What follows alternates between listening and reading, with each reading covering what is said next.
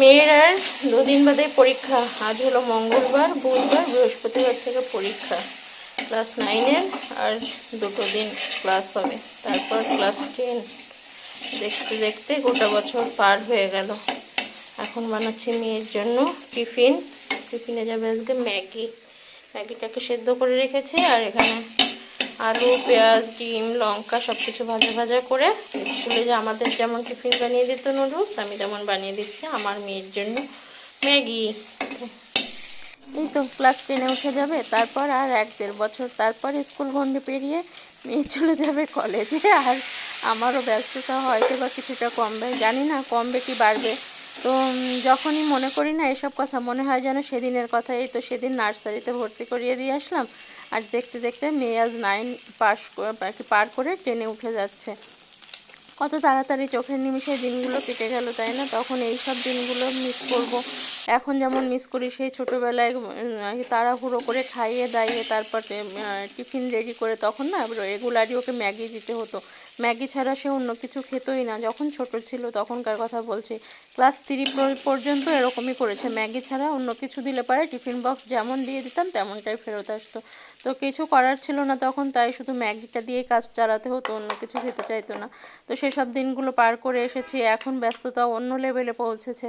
আর তখন কোন লেভেলে পৌঁছাবে জানি না। তো এই যে টিফিন বক্স রেডি, এবার মেয়েকে মেখে জুখে খাইয়ে দাইয়ে এখন পাঠাবো। আর যদি খাইয়ে না দিই না, তো না খেয়েই চলে যাবে, তবু নিজে হাতে সকালে খাবে না।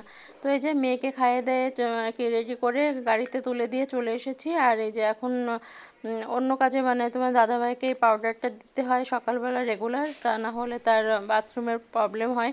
তো সেজন্য এই পাউডারটা দিতে হয় রেগুলার সকালবেলা 2 চামচ করে গুলে, এবার সেটাকে দেব, দিয়ে তারপর অন্যান্য কাজে হাত দেব। আর এই জানলাটা যদি দিয়ে না রাখি না, একখানা দোয়েল পাখি আছে, প্রত্যেক দিন সেই ঘরে ঢুকবে, ঢুকে মানে এটা ওটা সব করবে, পটি করবে ঘরের মধ্যে, এই সমস্ত চলতে থাকে। তো এই যে দিয়ে চলে এসেছি। সংসারের কাজ ব্যাক টু ব্যাক তো চলতেই থাকে, একটার পর একটা। এখনও পর্যন্ত কিন্তু 1 মিনিট বসার সময় পাইনি। ঘুম থেকে উঠেছি সেই সকাল 7টায়, উঠে বাসনপত্রগুলো যদিও বা রাতেই মেজে রেখেছি। আর এখন সকালবেলা উঠে ঘরটর মুছে নিয়েছি, মুছে নিয়ে স্নান করে পুজো টুজো সব কিছুর কাজই কমপ্লিট। আর এই হুডিটা না নতুন এনে দিয়েছে, মানে অর্ডার করেছিল অনলাইনে, কিন্তু সাইজে একটুখানি ছোটো মতো হয়ে গেছে। ছোটো মানে কি, গায়ে ঠিক আছে, এমনি সব কিছুই ঠিক আছে, হুডিটা যে খারাপ তা না, কিন্তু যেটা অর্ডার করেছিল সেটা আর আসেনি। আর এখন যদি চেঞ্জ করতে হয় না, সেটাকে নিয়ে যেতে হবে খুলনা পর্যন্ত। তো আর যেহেতু বডিতেও ঠিক আছে, আর বেশ গরম, কাপড়টা খুব ভালো, মানে খুব ঠান্ডায় পরে আরাম পাবে, সেজন্য আর চেঞ্জ করতে দেওয়া হয়নি। অন্য একটা হুডি নিয়ে এসেছি, দাঁড়াও তোমাদের সঙ্গে পরে কোনো একটা সময় শেয়ার করব। আপাতত বিছানাপত্রটা গুছিয়ে নিয়ে, ওই দিকের কাজ ব্যস্ত কমপ্লিট, বিছানাপত্রটা গুছিয়ে নিয়ে তারপর যে এখনও জামা কাপড়গুলো মেলা হয়নি। আর এই দেখলে না, জানলা খুললাম এখন, কী হয় বলো তো, মেয়ে স্কুলে যাওয়ার আগ পর্যন্ত না আমি খুলি না জানলাটা। আমি যে থাক, ঘরের মধ্যেটা একটু গরম থাকবে, তো সেজন্য আর করি না। তো করে নিচ্ছি। আর এখনও পর্যন্ত কিন্তু খাওয়া দাওয়া কিচ্ছু হয়নি আমার। আমার ভাসুরকে খেতে দেওয়া হয়ে গেছে, মেয়ে চলে গেছে স্কুলে খেয়ে দিয়ে, সে তো দেখলেই। আর তোমার দাদাভাই উঠলে তাকে করবো, তার রুটির তরকারি করা হয়ে গেছে, আলুর তরকারি করে নিয়েছি। আর ঘুম থেকে উঠলে পরে তখন রুটি করে দেবো, মিষ্টি আছে, ব্যাস সকালে খাওয়া দাওয়া ঝামেলা কমপ্লিট। আর আমি চায়ের সঙ্গে কিছু একটা করে নিলে পরে হয়ে যাবে।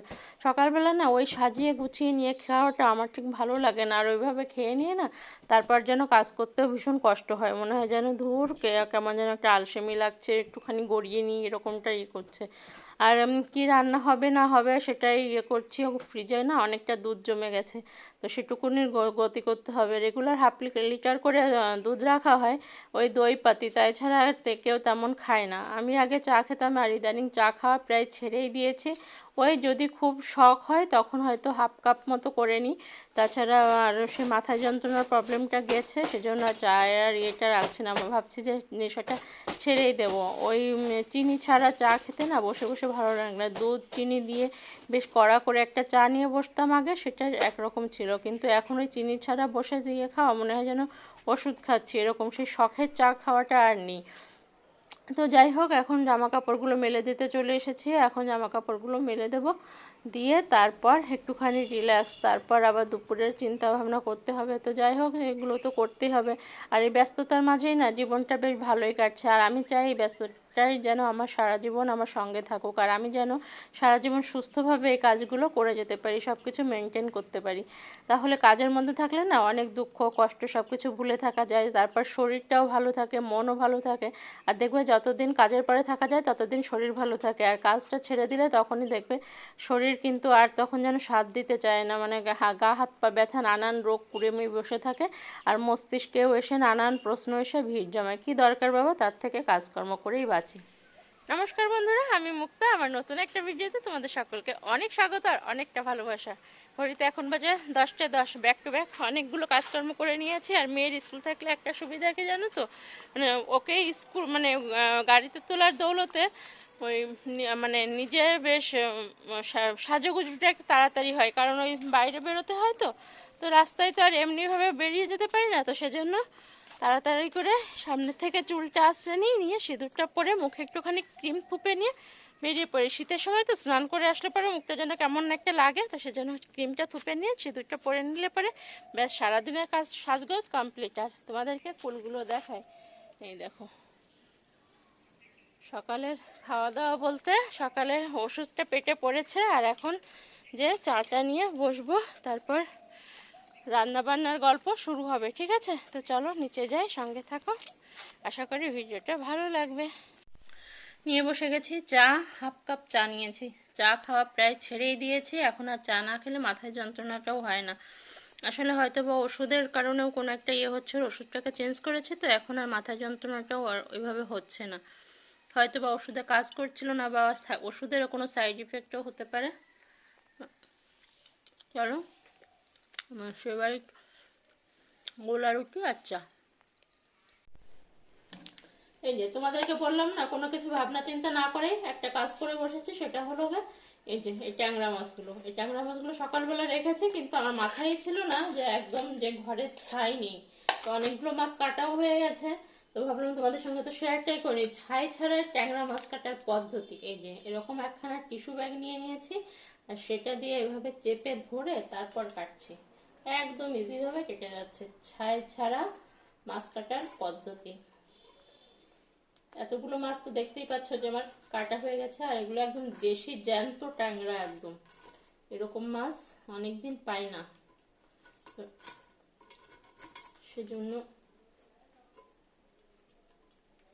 রেখে দিলাম। কিন্তু রান্না তো হবে অন্য কিছু, কি রান্না হবে সেটা তোমাদের সঙ্গে শেয়ার করব।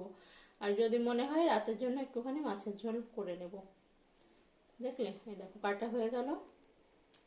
এভাবে এরকম ব্যাগ থাকলে পরে এভাবে তোমরা কেটে নিতে পারো, কিন্তু একদম ইজি ভাবে খুব তাড়াতাড়ি কাটাও হয়ে যাচ্ছে। আর আবার অনেকে আছে ছায়ে হাত দিতে ইচ্ছা করে না, তো তারাও কিন্তু চাইলে এভাবে কাটতে পারে। তবে সব মাছ মনে হয় না কাটা সম্ভব, যেমন কই মাছ, তারপর শোল মাছ, এগুলো মনে হয় না এভাবে কাটা সম্ভব হবে, কারণ ওগুলো তো ছাই ছাড়া সম্ভবই না কোনোভাবে। তো এই যে কেটে নিচ্ছি। তো ঠিক আছে, সবগুলো মাছ কেটে নিই, পরে আসছি কেমন।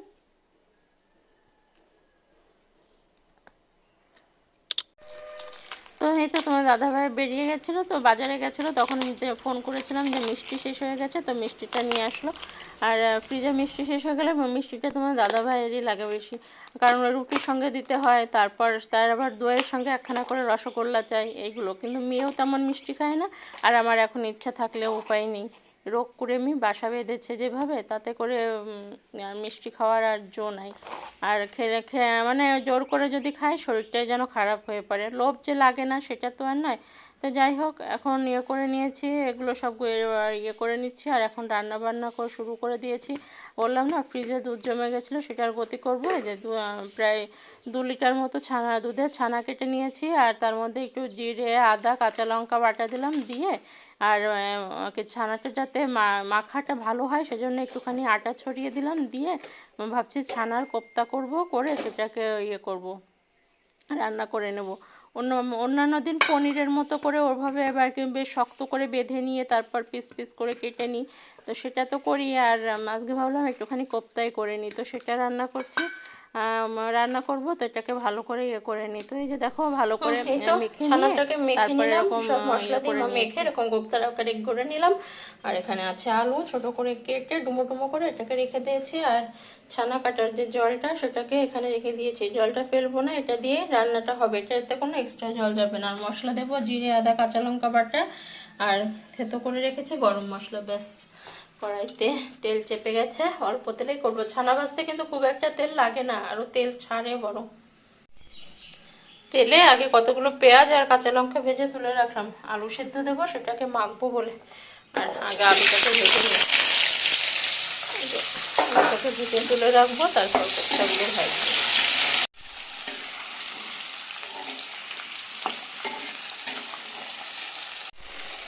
আলু ভাজা হয়ে গেছে আর এখানে তেলের মধ্যে ছানার কোপ্তাও পড়ে গেছে। এখন এগুলোকে উল্টে দিই, খুব বেশি ভাজার তো দরকার নেই, আস্তে আস্তে এগুলোকে উল্টে দিই।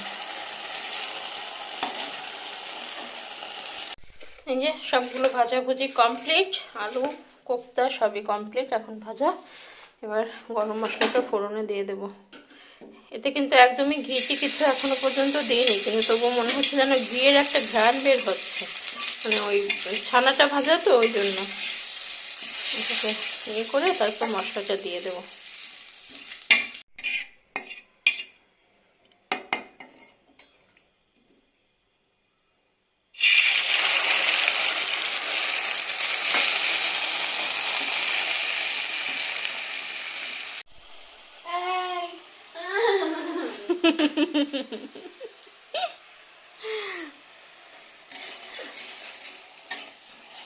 মশলাটাও কষা কমপ্লিট আর মশলা দিয়ে তেল বেরিয়ে গেছে।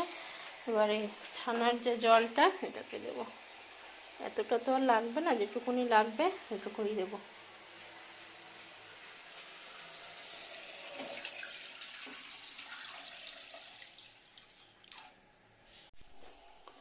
জলের মধ্যে দিয়ে দেবো পরিমাণ মতো নুন, হলুদ আর মিষ্টি। কোপ্তা রান্নার পরে তোমাদের সঙ্গে আর কিছু শেয়ার করে নিই। আর করেছিলাম ডাল, আর বললাম তো আলু মাখা করে নেবো, তো সেটা দিয়ে দুপুরে খাওয়া দাওয়া হয়েছে। আর বাকিটুকু যা রয়েছে সেটুকু দিয়ে রাতে খাওয়া হয়ে যাবে।